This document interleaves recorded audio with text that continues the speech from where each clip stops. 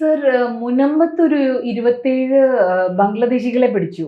ഉം. അപ്പോ അതിലും അവിടെ ആ സമയത്ത് ആക്ച്വലി വഖഫ് മുനമ്പത്തുകാരെ ഇറക്കി വിടുന്ന സമയമാണല്ലോ. അപ്പോ അവിടെ അങ്ങനെയൊക്കെ കയറി താമസിക്കാൻ വന്നതായിരിക്കും ഇവര്. ആ ആണ് വന്നിരിക്കുന്നത്. അപ്പൊ അതിലൊരു ഇലുമിനാറ്റി മറ നീക്കി വരുന്ന ഒരു സമയമാണ് അയ്യോ, അവരൊന്നും വ്യക്തമായി. ചെയ്ത് അവരെ വഖഫായിട്ട് പ്രഖ്യാപിച്ച് തൊഴണം. മനസ്സിലായോ? ഇപ്പോൾ ഉള്ള മുനമ്പത്തെ ആൾക്കാരെയൊക്കെ ഒഴിപ്പിച്ചിട്ട് ഇവരെ അവിടെ താമസിച്ച് അവർക്ക് പൗരത്വം കൊടുക്കണം. അതിനല്ലേ വലിയ സമരം നടന്നത്. ഉണ്ടായിരുന്നു. ആൻറ്റി CAA സമരം നടന്നത് എന്തിനാ? ഇവരെ പോലുള്ളവർക്ക് പൗരത്വം കൊടുക്കാനാണ്. അതുകൊണ്ട് അവരെ പോലീസൊന്നും പിടിക്കാൻ പാടില്ല. അവരെ വിളിച്ചു വരുത്തി ഈ കണ്ട ക്രിസ്ത്യാനി അവനെ കയറി താമസിക്കുന്ന അവനൊക്കെ അടിച്ച് പുറത്താക്കിയിട്ട് ഇവർക്ക് ഒരാൾക്ക് 2 വീട് വെച്ച് കൊടുത്ത് അവിടെ താമസിപ്പിക്കുക. അപ്പം 27 പേരല്ലേ, 54 വീടുകൾ അവർക്ക്.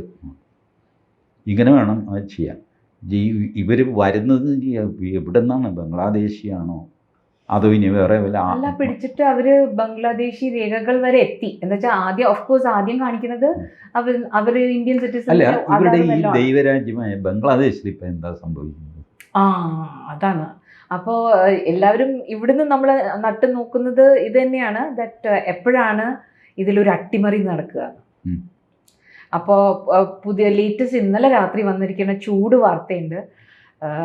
പറയുന്നത് എന്താ വെച്ചാൽ അവിടുത്തെ യൂനിസിന്റെ സപ്പോർട്ടേഴ്സ് എല്ലാവരും ടിക്കറ്റ് എടുക്കാൻ തുടങ്ങി പുറം നാട്ടിലേക്ക് പോവാൻ. കാരണം പറയണത് അവർ അസുഖങ്ങളൊക്കെ ചികിത്സിക്കാൻ വേണ്ടിയിട്ട് അബ്രോഡിലേക്ക് പോവുകയാണെന്നാണ്. അപ്പോൾ കൂലങ്കഷമായ ചർച്ചകളും നടക്കുന്നുണ്ട്. ആ വാർത്ത വിശ്വസിക്കാമോ? കാരണം അവർ സ്വീഡനിലേക്ക് പോകുന്നു എന്ന് പറഞ്ഞിട്ടാണ് ടിക്കറ്റൊക്കെ ബുക്ക് ചെയ്തിട്ടുണ്ട്. അല്ല, ഫിക്സ് ആയിട്ട് നമുക്ക് പറയാൻ പറ്റില്ലല്ലോ. അപ്പോൾ വെസ്റ്റ് പല സ്ഥലങ്ങളിലേക്കാണ് ഇവർ പോവുക. ഒരു ബംഗ്ലാദേശിയുടെ വീഡിയോ വന്നിരുന്നു TV-യിൽ തന്നെ. അയാൾ ചർച്ചയിൽ പങ്കെടുത്തിട്ട് അയാൾ പറഞ്ഞു അമേരിക്കയ്ക്കാണ് ഇവർ പോകുന്നത്. കാരണം അമേരിക്ക വിസ കിട്ടാൻ എളുപ്പമാണ്. ട്രംപ് അങ്ങനെ ബംഗ്ലാദേശിന് ഫേവറൊന്നും അല്ലെങ്കിലും ബംഗ്ലാദേശിൻ്റെ ശത്രുവല്ല. ട്രംപിൻ്റെ പ്രിയോറിറ്റി ലിസ്റ്റിൽ ബംഗ്ലാദേശ് വന്നിട്ടില്ല ഇതുവരെ. അപ്പം ഞാനത് ശ്രദ്ധിച്ചു. ട്രംപ് ഈ USAID, വേൾഡ് ഹെൽത്ത് ഓർഗനൈസേഷനിൽ നിന്നൊക്കെ പിന്മാറിയല്ല. അപ്പോൾ അതിൽ ബംഗ്ലാദേശിനെ എത്ര കണ്ട് അഫക്റ്റ് ചെയ്യും നോക്കിയപ്പോൾ ആ ലിസ്റ്റിൽ തന്നെ ബംഗ്ലാദേശ് ഇല്ല. ബംഗ്ലാദേശിനെ ഇൻഡയറക്ട്ലി അഫക്റ്റ് ചെയ്യും എന്നുള്ളതല്ലാതെ ഡയറക്റ്റ് ബംഗ്ലാദേശിന് കൊടുക്കുന്ന എയ്ഡായിട്ട് ഇതിൽ കാണുന്നില്ല. പക്ഷേ ബംഗ്ലാദേശിൻ്റെ എയ്ഡ് നിർത്തിയിട്ടുണ്ട് സർ. എല്ലായിടത്തും നിർത്തി. അല്ല, ബംഗ്ലാദേശിനായിട്ട് നിർത്തിയിട്ടുണ്ട്. അതിന്റെ എക്സിക്യൂട്ടീവ് ഓർഡർ വന്നു എന്നുള്ളത് ന്യൂസിലുണ്ട്. അല്ല, ബംഗ്ലാദേശിന് മാത്രമായിട്ടൊരു എക്സിക്യൂട്ടീവ് ഓർഡർ ഉണ്ടോ ട്രംപിൻ്റെ? ഇല്ല. It is A sweeping order for NGOs that he is stopping all foreign aid whatsoever and watching it for 90 days. 90 ദിവസം ഇത് വാച്ച് ചെയ്യും. ആർക്കൊക്കെയാണ് ഏതിനൊക്കെയാണ് ഈ കാശ് പോയിക്കൊണ്ടിരുന്നത്, അമേരിക്കയുടെ താല്പര്യത്തിന് വിരുദ്ധമായ എന്തെങ്കിലുമാണോ സംഭവിക്കുന്നത്. അത് തന്നെ അവർ ചലഞ്ച് ചെയ്ത് ഒരു കോടതി ഇടപെട്ടു. ഇന്ന് ആ കോടതി വിധി വരാൻ പോവാണ്.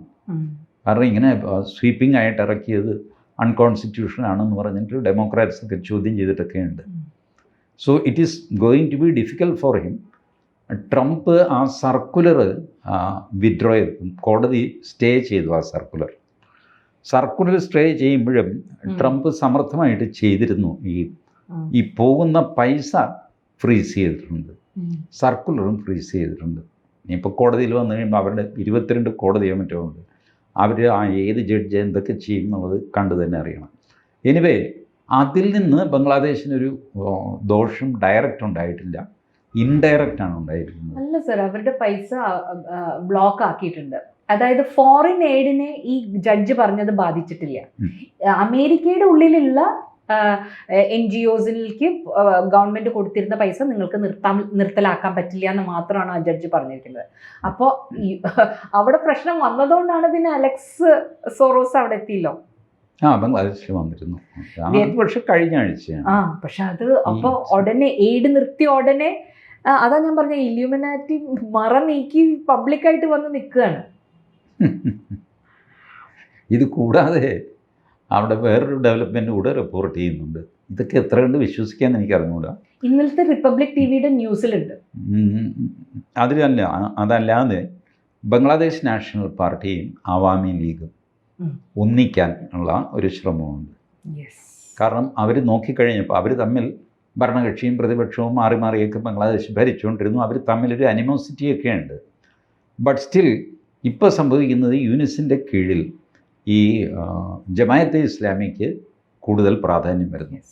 യൂനിസ് ഈ വിദ്യാർത്ഥികൾ എന്ന് പറഞ്ഞാൽ ഒന്നാം തരം ടെററിസ്റ്റുകളാണ് കേട്ടോ. Islamic terrorist. അവരെ വെച്ച് ഒരു പാർട്ടി തല്ലിക്കൂട്ടി ഉണ്ടാക്കുക, എന്നിട്ട് ഒരു ഫേക്ക് തെരഞ്ഞെടുപ്പ് നടത്തുക, അവരെ അധികാരത്തിലെത്തിക്കുക, എന്നിട്ട് അവരുടെ അഡ്വൈസറായിട്ട് സുഖമായിട്ട് ജീവിക്കുക. ഇതാണ് മൂപ്പരുടെ ഡിസൈൻ.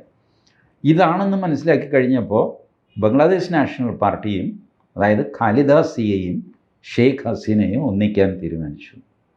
അവരൊന്നിച്ചു കഴിഞ്ഞാൽ ആ സിറ്റുവേഷൻ താങ്ങാൻ മുഹമ്മദ് യൂനിസിന് പ്രാപ്തിയില്ല. പോരാഞ്ഞിട്ട് അമേരിക്കയുടെ മറ്റാരുടെയും സപ്പോർട്ടുമില്ല. ഇത് കൂടാതെ സെൻറ്റ് മാർട്ടിൻ ഐലൻഡിലേക്കുള്ള ടൂറിസം നിർത്തിവെച്ചു മുഹമ്മദ് യൂനിസ്. അതെന്തിന് നിർത്തിവെച്ചു? സെൻറ്റ് മാർട്ടിൻ ഐലൻഡ് ഇതിലൊരു പ്രധാന സാധനമായിട്ട് മാറുകയാണ്. സെൻറ്റ് മാർട്ടിൻ ഐലൻഡ് ഈ അൺകൺഫേംഡ് റിപ്പോർട്ടാണ്. ഞാൻ ഈ അഭ്യൂഹങ്ങൾ കണക്ട് ചെയ്ത് നോക്കുമ്പോൾ അത് പോസിബിളാണ്.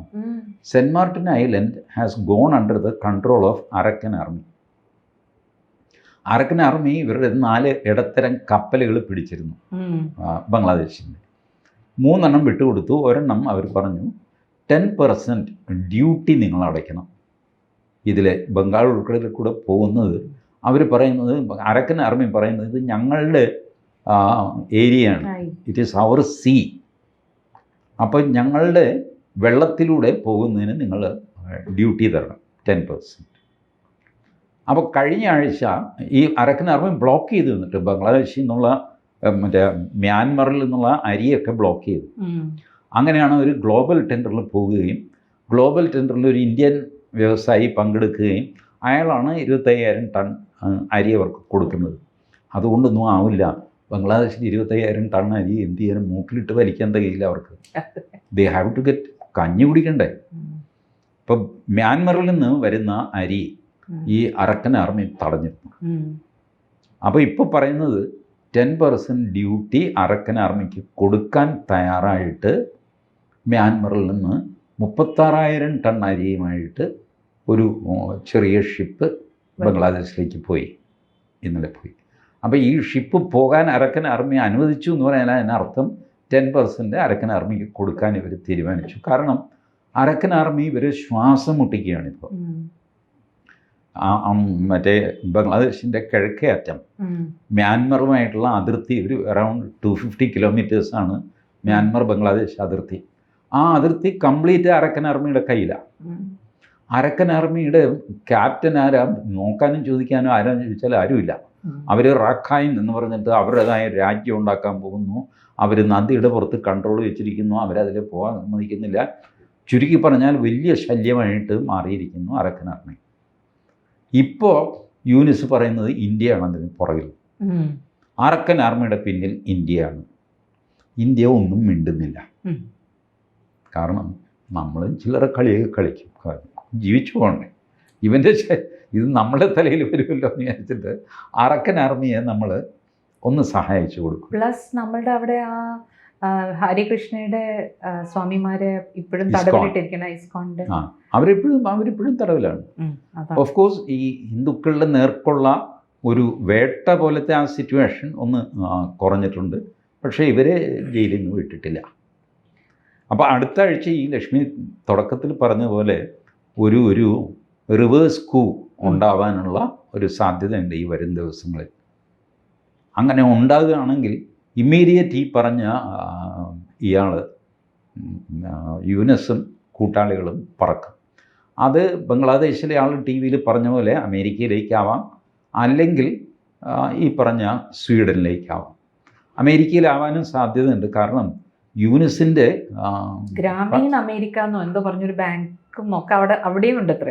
അല്ലെ, ഈ Clinton foundation, Hillary foundation, Ford foundation, Rockefeller foundation, Obama, ഇവരൊക്കെ യൂനിസിൻ്റെ അടുപ്പക്കാരാണ്. നോബൽ പ്രൈസ് വാങ്ങി കൊടുത്തതാണല്ലോ ചെട്ടിക്കാരൻ. എന്നിട്ട് അവർ സ്വീഡനിലാണല്ലോ നോബൽ പ്രൈസ്. അപ്പോൾ ഒന്നുകിൽ സ്വീഡനിൽ പോകാം അല്ലെങ്കിൽ അമേരിക്കയിൽ പോകാം. അമേരിക്കയായിരിക്കും കുറച്ചുകൂടെ നല്ലത്. എന്തൊക്കെ പറഞ്ഞു കഴിഞ്ഞാലും ട്രംപിന് ഒരു നീതിബോധമുണ്ട്.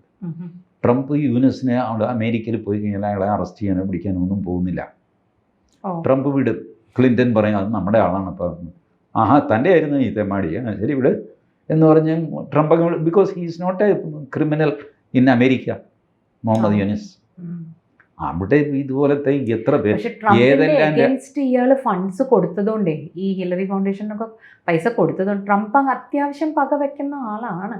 അല്ല അവിടെ എന്തെങ്കിലും ക്രൈം ചെയ്യാതിരുന്നാൽ മതി. തെരഞ്ഞെടുപ്പ് ഫണ്ട് ചെയ്തു എന്ന് പറഞ്ഞുകൊണ്ടൊന്നും ഒരാളെ നിങ്ങൾക്ക് ജയിലിലിടാനോ പിടിക്കാനോ ഒന്നും പറ്റില്ല. തെരഞ്ഞെടുപ്പിന് ട്രംപിന് ആൾക്കാർ ഫൈനാൻസ് ചെയ്തിട്ടില്ല ഉണ്ട്. So financing the election is not a crime.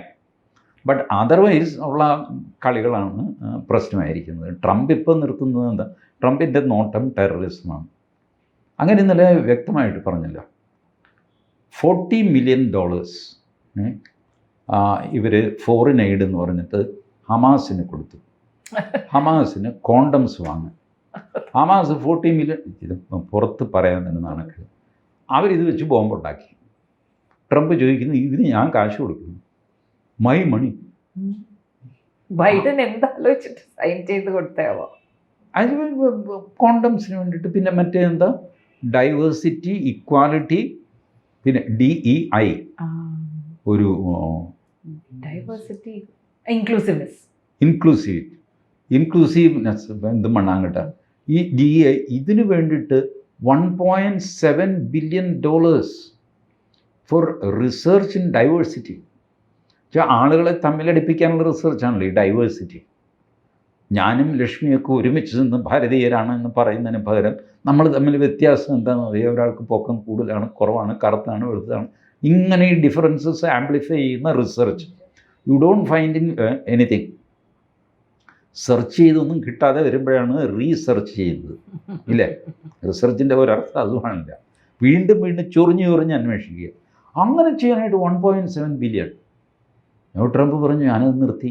Sir അത് പറഞ്ഞപ്പോഴാണ് സർ ഇന്നത്തെ ഇതിൽ ഞാൻ വായിച്ചു, യുക്രൈനൊക്കെ കൊടുത്ത എയ്ഡിന്റെ പകുതി പൈസ എത്തിയിട്ടില്ലെന്ന് സമ്മതിച്ചു. ഇവന്മാരെല്ലാം കാശടിച്ച് മാറ്റുകയല്ലേ, എല്ലാവരും കാശടിച്ച് മാറ്റിയതില്ലേ. എന്ത് വാങ്ങിക്കോട്ടെ, അങ്ങനെ വഴിയാധാരമായിട്ട് നിൽക്കുകയാണ് നമ്മളുടെ പട്ടിണി, ദാരിദ്ര്യം, വെള്ളമില്ല, കറണ്ട് ഇല്ല. അപ്പോൾ ഒരു തക്താപ്പളട്ട് ആർമി കളിക്കാൻ തുടങ്ങിയിട്ടുണ്ട്. ഭയങ്കര ചർച്ചകളാണ് അത്രയും പൊളിറ്റിക്കൽ പാർട്ടീസ് രണ്ടുപേരുമായിട്ട് നടക്കുന്നുണ്ട്. പിന്നെ ഇവർ തമ്മിൽ നേരത്തെ വർക്ക് ചെയ്തിട്ടുണ്ട് ഒരുമിച്ച്. ഈ പറഞ്ഞ പോലെ ഖലീദ് അസിയെയും ഷെയ്ഖ് ഹസീനയും ഒരു ഡിക്റ്റേറ്ററെ മറിച്ചിടാൻ വേണ്ടിയിട്ടാണ് അവർ ഒരുമിച്ച് വന്നത്. അപ്പോൾ അതുപോലെ ഒരു തക്താപ്പലട്ട് ഉണ്ടായാൽ ഈ നല്ലതിനാണെങ്കിൽ ശരി. കാരണം ഇവരും ഹിന്ദുക്കളോട് സിമ്പതിയുള്ള ആളൊന്നുമല്ല. ഖാലിദ് അസിയാണെങ്കിലും ശരി, ഷെയ്ഖ് ഹസീനയാണെങ്കിലും ശരി, മൈനോറിറ്റീസിനോട് അങ്ങനെ ഒരു സിമ്പതിയൊന്നുമില്ല. ആകെ പിന്നെ ഗുണം എന്താണെന്ന് വെച്ചാൽ ദേ ആർ ആൻറ്റി ടെററിസ്റ്റ്. ഈ ജമാഅത്തെ ഇസ്ലാമി, ഇന്ത്യൻ മുജാഹിദീൻ, അവരുടെ കേന്ദ്രം ബംഗ്ലാദേശാണ്. ഇവരെയൊക്കെ നിയന്ത്രണത്തിൽ നിർത്തും എന്നുള്ളതാണ് അവരെ കൊണ്ടുള്ള ഒരു ഗുണം. ഏതായാലും നോക്കാം, നമുക്ക് വരും ദിവസങ്ങളിൽ എങ്ങനെ വരുന്നു നോക്കാം. Okay sir. അപ്പോൾ എന്തെങ്കിലും ഒരു വഴി നമ്മൾ അവിടെ പെട്ട ആ ന്യൂനപക്ഷങ്ങൾക്കും കൂടി ഒരു വഴി കണ്ടെത്തിയാൽ മതിയായിരുന്നു. അങ്ങനെ ഒരു കംപ്ലൈൻറ്റ് ന്യൂനപക്ഷങ്ങൾക്കില്ല, അതാണ് വാസ്തവം. അല്ല ഇപ്പോൾ നല്ലോണം ഉണ്ട് സർ. എല്ലാവരും ഇപ്പോൾ കംപ്ലൈൻറ്റ് എത്തിച്ചിട്ടില്ലേ? ട്രംപ് ട്വീറ്റ് വരെ ചെയ്തില്ലേ ന്യൂനപക്ഷങ്ങളെ ട്രീറ്റ് ചെയ്യുന്നത് ഒട്ടും ശരിയായില്ല എന്ന്. അതൊക്കെ ശരി. ബട്ട് ഈ പറയണ മാതിരി അവർ ന്യൂനപക്ഷങ്ങൾ, അവിടുത്തെ ന്യൂനപക്ഷങ്ങൾ ഞങ്ങളെ പുറത്ത് കൊണ്ടുപോകണം എന്നാവശ്യപ്പെട്ടിട്ടില്ല. They are still fighting there. അപ്പം നമുക്കതിൽ ഇടപെടാൻ ഒരു പഴുതില്ല. അങ്ങനെ അല്ലാതെ നമ്മൾ ഇടപെട്ട് കഴിഞ്ഞാൽ ഈ താനാരെന്നവർ തിരിച്ചു ചോദിച്ചാൽ എന്ത് ചെയ്യും? നിങ്ങളെ ആരാ ഇങ്ങോട്ട് ക്ഷണിച്ചെന്ന് ചോദിച്ചാൽ എന്ത് ചെയ്യും? കാരണം അവർക്കൊരു ബംഗാളി ഐഡൻറ്റിറ്റിയും കൂടെ ഉണ്ട് അവിടെ. മോർ ദാൻ ഹിന്ദു ഒരു ബംഗാളി ഐഡൻറ്റിറ്റിയും ഉണ്ട്. അതിൻ്റെ പുറത്താണ് ബംഗ്ലാദേശ് ഉണ്ടായത് തന്നെ. So it's not time for us. അതുകൊണ്ടാണ് ഭാരതം ഒന്നും മിണ്ടാതെ ഒബ്സർവ് ചെയ്തിങ്ങനെ നിൽക്കുന്നത്. പക്ഷമയോട് കാത്തിരിക്കാം. ഒരു തക്താപ്പള്ളട്ട് വരണേ ഭഗവാൻ. Thank you sir.